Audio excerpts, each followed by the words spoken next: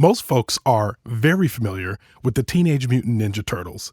Whether you watched the cartoons in the late 80s or the live-action movies of the 90s, or whether you played with the action figures, read the comic books, or watched the Michael Bay reboots, over the past 40 years, many of us have made fond memories with the heroes in a half shell. Now, the Turtles are back in a computer-animated feature film that hopes to bring a new generation of Turtle fans into the fold. It's Teenage Mutant Ninja Turtles Mutant Mayhem. I'm Ronald Young Jr., and I'm leaving the theater.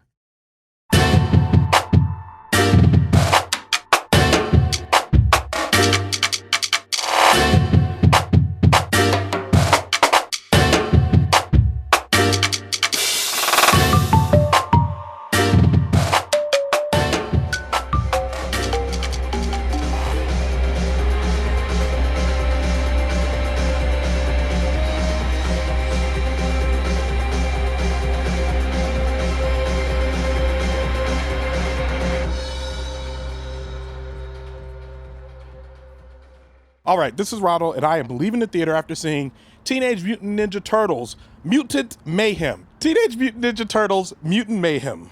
Directed by Jeff Rowe, written by Seth Rogen, Evan Goldberg, Jeff Rowe, Dan Hernandez, and Benji Samit. Starring Micah Abbey, Shamon Brown Jr., Nicolas Cantu, Brady Noon, Hannibal Buress, Rose Byrne, John Cena, Jackie Chan, Ice Cube, Maya Rudolph, and Seth Rogen. And as always, for a complete cast listing, you can go to the link in the show notes. I am not here alone. Making her summer debut, I think it's her summer debut. Wait, no, because we did, in June, we did The Blackening. Ah, okay. Coming back again for Summer Seconds, it is, you might know the voice, it is... Hi, it's me, it's Nick. Nick is back, a.k.a. Nichole, a.k.a. Nichole Hill. Mm-hmm. I've decided not to just let you slide with that mononym nonsense on this show anymore. You are confusing the listeners. Everybody knows that it's just Nick. Okay, fine. Nick is here. We just saw Ninja Turtles. Now, before we even get started, let me ask you a question. And again, this is an animated movie as different from the other ones. The other ones, there have been the live action ones. There have been the ones that were animated like Lion King and stuff, you know what I mean? But with real people still, the Michael Bay ones, we'll call those. Yeah, they're the Michael Bay ones. And now we're on to this iteration, which is full animation, akin to Spider-Verse, which will probably come up again. So before we get into all that, let me ask you, what is your relationship with the Ninja Turtles? Okay, so I'm a 90s kid, so we definitely watched them growing up, definitely sung the theme song all the time.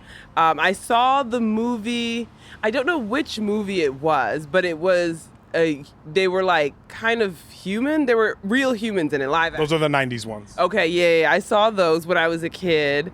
I think I was kind of afraid a little bit, so I didn't like them as much, but I loved the cartoon. Yeah, same here. I grew up with the cartoon. I know the song. You know the song. Heroes in a Half Shell. Turtle Power. Yeah, so you guys all know it. We know that I've watched the live action ones. I always like to say that there were 3 movies that were my first movies in the theater. I can't tell you which one is which. If you look at the dates, you could probably see, but unfortunately, they came out in the same time span, the same year. Mm-hmm. So you'd have to look chronologically, but it was The Little Mermaid.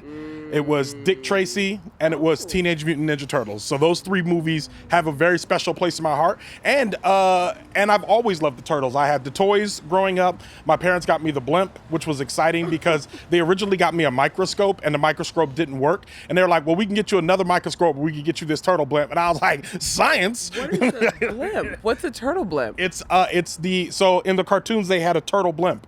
And they made a toy replica of it, and it was huge. It was enormous. It was great. I loved it. They had the turtle van as well. They had so many turtle things. Honestly, for me, the Ninja Turtles. Marilyn got Barbies. I got Ninja Turtles. You know what I mean? And we used to play with each other. All that stuff. It was a lot of fun. But yeah, so that was my relationship. And I walked into this movie with the expectation that it would be cute. It would be all right. You know. So with that being said, we've seen it now. What did you think of it?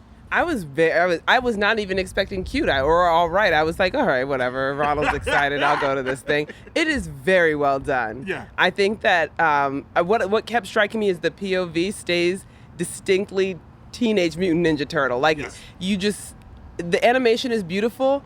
And also just everything that is happening from the perspective of a teenage mutant ninja turtle. Yeah. And the world feels like how they would see it. Yes. They act like little boys. Yes. It's just so sweet. Yeah. And they did such a good job of just maintaining that focus and not trying to go, not trying to do a bunch of other things for the adults in the audience. It's for kids. It is for kids, but I think, like, I can tell that the makers of this movie also grew up with the Ninja Turtles. Oh, yeah. Because sitting in this movie, it's like, I mean, I don't think we would never dismiss, and I'm not saying what you said was dismissive, but I'm saying we would never dismiss any of the Spider-Verses as being like, well, that's a kid's movie, even though I have friends that see animation and immediately like, well, that's for kids. And seeing this one, I immediately recognized what they were doing as soon as the turtles came on screen, because they did one thing where they did this posed scene where they're standing on the roofs with no pupils in their eyes, and then all of a sudden they start making jokes and the pupils are in their eyes and you see how they're relating to one another,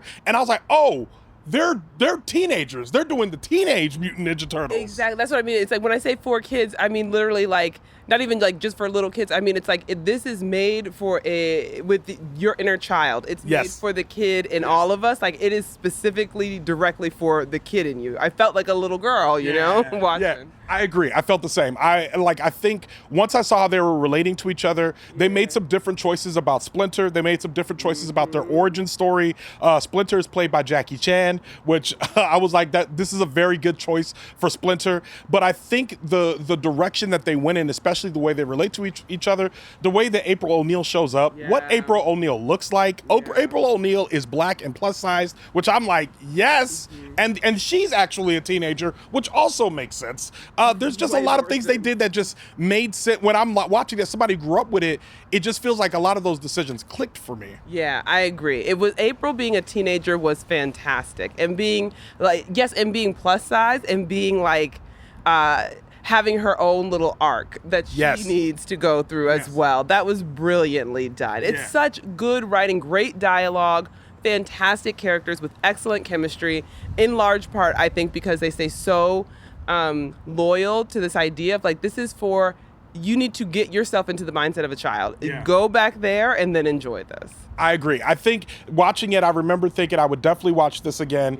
It made me think of what our friend Chioke said about after watching the second Spider-Verse. He just mentioned, he's like, what they were able to do with this movie in terms of superheroes kind of does not bode well for the MCU. And I would agree. I was sitting there watching this one, and now I'm to the point where I'm like, well, the MCU is putting a lot of money into live action films over and over and over again. And I'm sitting here watching a turtle film, and they're putting enough emotion into it that it's not overly emotional, but enough so that I can feel, so that the characters are motivated. They're seasoning it well, and they don't have to worry about a lot of things that the MCU has to worry about when it comes to making a live action movie. What did you think? Yeah, I mean, you know, with Marvel, because they put out so much, the quality inevitably started to dip. And so other people can come in like this movie and be like, okay, what are the best parts of that? We love a buddy comedy. We love for our heroes to be flawed and to not know what they're doing. We like to watch them bumble around and crosstalk and do all that. But we need to have some type of like depth and interiority. There needs to be an arc. It doesn't have to make you cry, but it needs to be there. And whereas Marvel has strayed away from that and focused a lot on like spectacle and stunt casting and kind of like the promise of more to come, but it's been a promise for so long that I don't know if I believe it's coming. They're able to just come in and be like, I know that there's a kid in there. I know you have a child inside, and I know what it would like, and I'm going to give it exactly that. It's funny because while you were talking, what I realized is that the MCU is now in the place that the DC universe was about 7-8 years ago, which is weird because it's like, how did y'all end up doing this to yourself? And it does leave room for movies like this to come in and not to have a low bar in front of them. Yes. You know, we just have to enjoy it. Yep. But for me to walk in and see the Turtles have a story, they have feelings, they immediately give them a desire to walk in. We want to be accepted by humanity. Yeah. To like do that walking in the door is wild. Yeah, it's good. They had like a clear goal that's universally relatable, wanting to be accepted at any age. You get that. Yeah. And then thinking that if you do something heroic, just like their mindset of if we do something heroic, people will like us. That is so relatable on every level. And then the way that they go about they're having so much fun trying to be heroes, which I think all of us can relate to too, of like, I'm going to come in, I'm going to donate, I'm going to post about it, I'm going to do whatever. Like, you get the feeling of trying to show off too much to be a hero and then making yourself look foolish and then needing to find acceptance some other way. Yeah, making that choice, I think, was fantastic in terms of giving us the character development and an arc. Yeah. All of that being said, I did feel like by the time that the third act comes, okay, yeah. So so I remember I was like, the one thing that this movie does share in common with the MCU is that it does have some third act problems. Yeah. There's a point where it gets there, and I'm just like, I don't know if I really needed all of this, but I understand why you did it, and maybe we could have gotten there a little quicker. I don't know if we needed to be in there, and I won't even check the runtime. It wasn't so long that I was checking my watch, but it was long enough that I was like, all right, let's resolve this. Let's go ahead. I was like, let's wrap this up. All right, okay, we get it, we know. Yeah. It was too drawn out. Yeah. And so with that being said, I think that's why I'm thinking about what my rating is for this. It's with third act problems. I think it's going to be stronger than some of the other stuff that I've liked, but like weaker than I think it could have been in most cases. But with all of that being said, what do you rate this movie? I would give it, I said at one point I don't do points, and then I always do points. So I'm going to give it a 3.5. I think it's a solid film, and we haven't really talked about it, but the animation is stunning. I loved it. It was perfect. This new style of animation that they're doing, and I think, again, I really think that Spider-Man is leading the way, but a lot of this animation that they're doing works. It's just like drawn lines, and they're beautiful, makes you want to look at it, while also being 3D animated. Like, it's just, it works well. I think 3.5 is a good score. I'm going to go a little higher, 3.75, mostly because at some points I was sitting there being like, I think this might be a 4-star movie, and then it crept into that third act, and I was like, nah, you were almost there. Yeah. So I'm like, 3.75 is about where I'm at. So I'm like, I don't know. Would you watch the sequel? Yeah, I actually would. Yes, and I think I might watch it in theaters. Yeah. I would too. I'm excited for the sequel. Yeah, I would too. It probably won't be out for 3 years, likely, because there's a strike. I'm trying to mention that there's a strike every episode now, just as posterity. There's a strike going on right now. Yeah. We are in the summer of 2023. There is a strike. Everything's shut down. Yeah, just wanted to remind people if you're, depending on when you're listening to this. But with that, Leaving the Theater is a production of Oh It's Big Round Studios. Alexandra Ketch of Bias Studios mixes the show. Thank you, Alex. Thank you, Alex. Show art from Heather Wilder. Theme music by the mysterious Breakmaster Cylinder. For more information about Teenage Mutant Ninja Turtles, Mutant Mayhem, or Nichole Hill, check out our show notes. You can follow me on Twitter, Instagram, Threads, and TikTok at Oh It's Big Ron. That's at OHITSBIGRON. You can find out more about this show and other Oh It's Big Ron Studios shows by following us on Instagram at Oh It's Big Ron Studios and on Twitter at Oh It's Big Ron Stew. That's STEW. Leaving the Theater will be back soon. Thanks for listening. And thanks for being on the show. Oh my gosh, thank you for having me. So fun.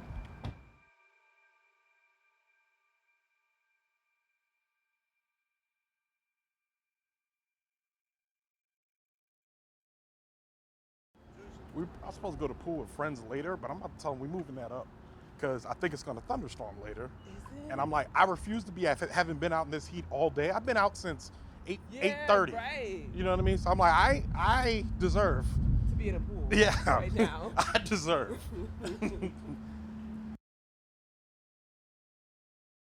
Check, Big Ron. You already know what it is. Check Ronnie. Ron. All right. All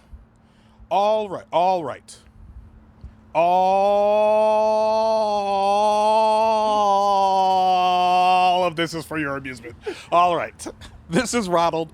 And I am leaving the theater after seeing Teenage Mutant Ninja Turtles, Mutant Mayhem. Teenage Mutant